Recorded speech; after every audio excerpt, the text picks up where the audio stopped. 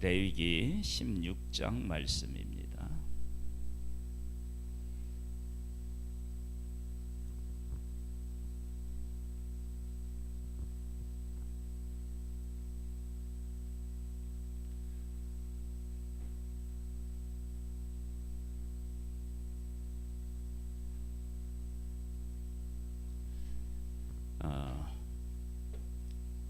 창세기는 창조와 동행, 출애굽기는 구원과 동행, 레위기는 거룩과 동행입니다. 민수기는 훈련과 동행이고요. 그 다음에 신명기는 말씀과 동행인데, 레위기에 와서 하나님께서 하나님의 백성들에게 제사에 대한 말씀을 하십니다. 이 제사에 대한 말씀을 하시고 또 제사장을 구별하시고, 그리고 제사장으로 하여금 하나님의 일을 할 수 있도록 구별하여서 제사장으로 세우십니다. 그리고 제사를 드리죠. 그런데 나답과 아비후라고 하는 사람들이 다른 불을 가지고 하나님 앞에 나아가다가 죽게 됩니다. 이제 1절에 보면 이렇게 되어 있습니다. 아론의 두 아들이 여호와 앞에 나아가다가 죽은 후에 여호와께서 모세에게 말씀하시니라. 그러니까 나답과 아비후가 죽은 그 일에 대한 하나님의 마음을 읽을 수 있다 하고 하는 것입니다. 여호와께서 모세에게 이르시되 네 형 아론에게 이르라. 성소에 회장한 법궤 위 속죄소 앞에 아무 때나 들어오지 말라. 그리하여 죽지 않도록 하라. 그러니까 하나님께서는 우리가 고난 겪는 것도 원치 않으시지만 우리가 죽는 것도 원치 않으신다 라고 하는 것을 알 수 있습니다. 하나님은 우리에게 생명을 주시고 형통케 하시기를 원하신다라고 하는 사실을 알 수 있습니다. 이는 내가 구름 가운데에서 속죄수에 나타남이니라. 그러니까 하나님께서 하나님의 백성들과 함께 하시기 위해서 이렇게 나오시는데, 임하시는데, 그것이 우리에게는 죽음이 될 수 있다라고 하는 것입니다. 그것은 우리가 하나님, 거룩하신 하나님 앞에 설 수 있는 그런 존재가 아니다라고 하는 것을 알 수 있어요. 그럼에도 불구하고 하나님께서 속죄수에 임하셔서 그 백성과 함께 하신다라고 하는 것은 하나님께서 얼마나 우리와 함께 하시기를 원하시고 또 우리를 사랑하시는지에 대해서 분명히 알 수 있습니다.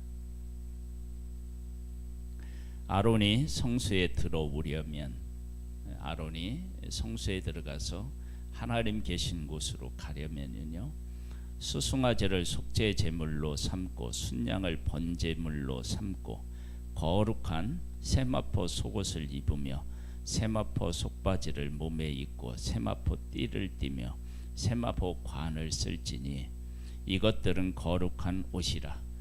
물로 그의 몸을 씻고 입을 것이며, 그러니까 목욕을 다 한 후에 옷을 다 갈아입는 것입니다.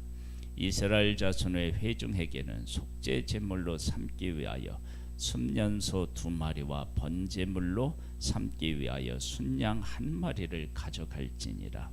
그러니까 하나님께서 그 제사에 대한 제물과 방법 이런 것들을 말씀하시는데, 그 말씀하신 대로 순종을 하면 하나님 앞에 거룩한 존재로 서는 것입니다.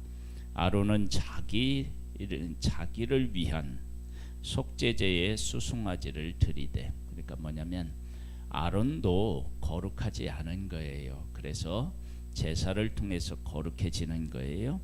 자기를 위한 속죄제의 수송아지를 드리되 자기와 집안을 위하여 속죄하되, 그러니까 하나님 앞에 나아가는데 제사장뿐만 아니라 온 가족이 다 거룩해져야 한다라고 하는 사실을 우리에게 보여주고 있습니다. 또 그 두 염소를 가지고 회막문 여호와 앞에 두고 두 염소를 위하여 제비 뽑되 한 제비는 여호와를 위하고 한 제비는 여호와를 위하고 한 제비는 아세셀을 위하여 할지며, 아론은 여호와를 위하여 제비 뽑은 염소를 속죄제로 드리고, 우리들의 죄를 해결하기 위한 속죄제. 근데 이것은 이스라엘 전체를 위한 속죄 제물이 되는 것입니다. 이스라엘 전체가 속함을 받기 위해서 많은 짐승이 필요할 텐데 하나님께서는 그렇게 하지 아니하고 두 마리의 염소를 해서 하나는 속죄제물로 드리고요. 그 다음에 아사셀을 위하여 제비 뽑은 염소는 산채로 여호와 앞에 두었다가 그것으로 속죄하고 아사셀을 위하여 광야로 보낼지니라. 이 아사셀 그 염소는요, 광야로 보내면 다시는 이스라엘 거룩한 진영 안으로 못 돌아와요. 그런데 이 아사셀 양은 속죄제를 드린 염소도 마찬가지고 아세살로 보내지는 염소도 마찬가지고 하나님께서 하나는 속죄 제물로 바치게 했고요.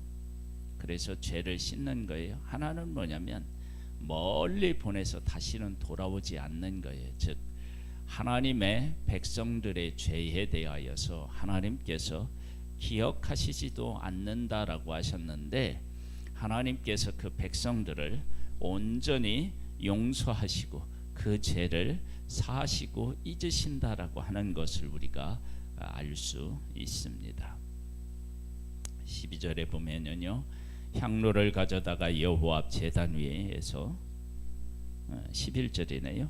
아론은 자기를 위한 속죄제의 수송아지를 드리되 자기와 집안을 위하여 속죄하고 자기를 위한 그 속죄제 수송아지를 잡고 향로를 가져다가 여호와 앞 제단 위에서 피훈 불을 그것에 채우고 또 곱게 간 향기로운 향을 두 손에 채워 가지고 회장 안에 들어가서 여호와 앞에서 분향하여 향연으로 증거계 위 속죄소를 가리게 할지니 그리하면 그가 죽지 아니할 것이며. 그러니까 이제 향을 피워서 그곳이 잘 보이지 않도록 해야 된다. 이것은 하나님과 우리 인간 사이가 얼마나 이렇게 그 거룩함에 있어서 차이가 있는지에 대해서 알 수 있습니다. 그럼에도 불구하고 하나님은 사람을 가까이 오라는 거예요. 너희들이 나를 보지 못하지만 내 가까이 와라. 그리고 이렇게 하셨던 하나님께서는 예수 그리스도를 보내서 하나님과 우리 사이에 막힌 담을 허셨습니다. 그는 또 수송아지의 피를 가져다가 손가락으로 속죄소 동쪽에 뿌리고 또 손가락으로 그 피를 속죄소 앞에 7번 뿌릴 것이며 또 백성을 위한 속죄제 염소를 잡아 그 피를 가지고 회장 안에 들어가서 그 송아지 피로 행함같이 그 피로 행하여 속죄소 위와 속죄소 앞에 뿌릴지니 곧 이스라엘 자손의 부정과 그들이 범한 모든 죄로 말미암아 지성소를 위하여 속죄하고 또 그들의 부정한 중에 있는 회막을 위하여 그같이 할 것이요. 그러니까 나답과 아비후가 다른 불로, 즉 하나님의 성소 안에서도 어떻게 되느냐면 죄를 범해서 죽는 일이 생겼다고요. 그러니까 하나님께서 구별하신 곳, 특별히 구별하신 곳까지도 인간의 죄가 침투한 거예요. 그런데 이 인간의 죄가 어디까지도 침투가 가능하느냐? 그러면은 지성소까지도 가능한 거예요. 그래서 하나님께서는 이 모든 죄들이 거룩함을 더럽히지 않도록 하기 위해서 이렇게 하시는 모습을 보게 됩니다.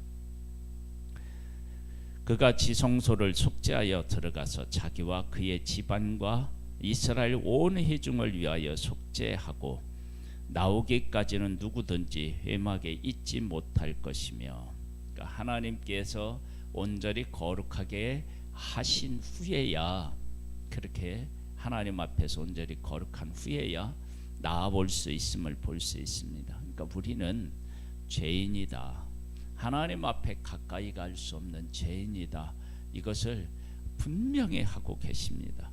그런데 하나님은 또 우리한테 가까이 오라는 것입니다. 그러니까 우리가 철저한 죄인인데, 철저한 죄인인 우리를 하나님은 그 사랑으로 우리를 품고 계시다라고 하는 사실을 알 수 있습니다. 18절입니다. 그는 여호와 앞 제단에 나와 그것을 위하여 속죄할지니 곧 그 수송아지와 수송아지 피와 염소의 피를 가져다가 제단 귀퉁이의 뿔들에 바르고 또 손가락으로 그 피를 그 위에 7번 뿌려 이스라엘 자손의 부정에서 제단을 성결하게 할 것이요, 그 지성소와 회막과 제단을 위하여 속죄하기를 마친 후에 살아있는 염소를 들이되 아론은 그의 두 손으로 살아있는 염소의 머리에 안수하여 이스라엘 자손의 모든 불의와 그 범한 모든 죄를 가리고 그 죄를 염소의 머리에 두어 미리 정한 사람에게 맡겨 광야로 보낼지니, 염소가 그들의 모든 불의를 지고 접근하기 어려운 땅에 이르거든 그는 그 염소를 광야에 놓을지니라. 즉 이스라엘 백성들의 죄를 전가시켜서 광야를 보내서 다시 돌아오지 않게 하는 거예요. 즉 죄를 완전히 잊고 해결하셨다라고 하는 의미를 가지고 있죠. 아론은 회막에 들어가서 지성소에 들어갈 때 입었던 세마포 옷을 벗어 거기 두고 거룩한 곳에서 물로 그의 몸을 씻고 자기 옷을 입고 나와서 자기의 번제와 백성의 번제를 드려 자기와 백성을 위하여 속죄하고 속죄 제물의 기름을 제단에서 불사를 것이요, 염소를 아세살에게 보낸 자는 그 옷을 빨고 물로 그의 몸을 씻은 후에 진영에 들어갈 것이며, 속죄제 수송아지와 속죄제 염소의 피를 성소로 들여다가 속죄하였은즉 그 가죽과 고기와 똥을 밖으로 내다가 불사를 것이요, 불사른 자는 그 옷을 빨고 물로 그의 몸을 씻은 후에 진영에 들어갈지니라. 그래서 사람은 얼마나 오염되기 쉬운지를 알 수 있습니다. 그런데 이렇게 쉽게 오염되는 우리들이 하나님 앞에 나아갈 수 있는 길이 있다는 거예요. 그래서 하나님을 만날 수 있다는 거예요. 인간은 금방 이렇게 더러워지고요. 그리고 죄로 인하여서 하나님 앞에 나아갈 수 없어요. 그런데 하나님께서는 하나님으로 나아올 수 있는 길을 열어주시고 하나님께서 죄인인 우리를 품으시는 모습을 봅니다. 이것을 사랑이라고 이야기합니다. 너희는 영원히 이 규례를 지킬지니라. 일곱째 달 곧 그 달 10일에 너희는 스스로 괴롭게 하고 아무 일도 하지 말되 본토인이든지 너희 중에 거류하는 거류민이든지 그리하라. 이날에 너희를 위하여 속죄하여 너희를 정결하게 하리니 너희의 모든 죄에서 너희가 여호와 앞에 정결하리라. 너희의 모든 죄에서 너희가 여호와 앞에 정결하리라. 이것이 할렐루야입니다. 하나님께서 우리의 죄를 씻고 정결하게 해서 우리를 맞아주시는 것입니다. 이는 너희에게 안식일 중에 안식일인즉 너희는 스스로 괴롭게 할지니를 영원히 지킬 규례라. 기름 부음을 받고 힘되어 자기 아버지를 대신하여 제사장의 직분을 행하는 제사장은 속죄하되 세마포 옷 곧 거룩한 옷을 입고 지성소를 속죄하되 회막과 제단을 속죄하고 또 제사장들과 백성의 회중을 위하여 속죄할지니 이는 너희가 영원히 지킬 규례라. 이스라엘 자손의 모든 죄를 위하여 1년에 한 번 속죄할 것이니라. 아론이 여호와께서 모세에게 명령하신 대로 행하니라. 아멘. 하나님의 백성들이, 온 백성이 1년에 한 번 거룩하게 되는 대속죄일을 갖는 거예요. 그것은 하나님께서 하나님의 백성 전부를 품기를 원하신다, 그것을 말씀하고 계십니다. 하나님은 우리가 가까이 할 수 없는 거룩함에 계시고 영광 가운데 계신 분이십니다. 우리가 하나님을 가까이 가면 우리는 죽습니다. 그런데 하나님은 우리를 사랑하셔서 우리와 동행하기를 원하시고, 그리고 우리의 죄를 속하여서 우리와 함께 하시기를 원하십니다. 그래서 그 길을 열어놓으시고 속죄 제사를 하나님 앞에 드리게 하셨습니다. 하나님께서는 이렇게 하신 그 진정한 목적은 예수 그리스도를 통해서 우리에게 알려주셨습니다.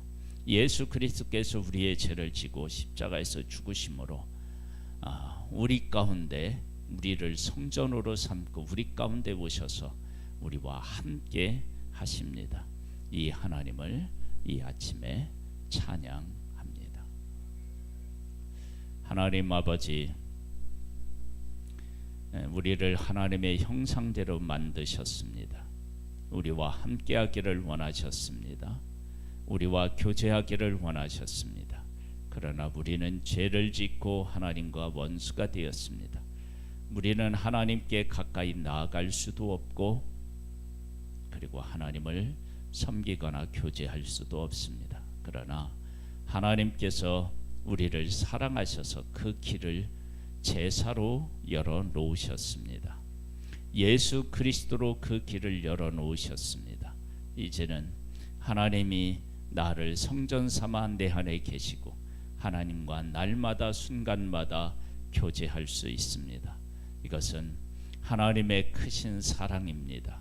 이 크신 사랑을 찬양하며 우리를 위해서 십자가를 지신 예수 그리스도를 찬양합니다. 예수님의 이름으로 기도드립니다. 아멘. 하늘에 계신 우리 아버지여, 이름이 거룩히 여김을 받으시오며 나라에 임하옵시며 뜻이 하늘에서 이룬 것 같이 땅에서도 이루어지리이다. 오늘날 우리에게 일용할 양식을 주옵시고 우리가 우리에게 죄 지은 자를 사하여 준 것 같이 우리 죄를 사하여 주옵시고 우리를 시험에 들게 하지 마옵시고 다만 악에서 구하옵소서. 대개 나라와 권세와 영광의 아버지께 영원히 있사옵나이다. 아멘.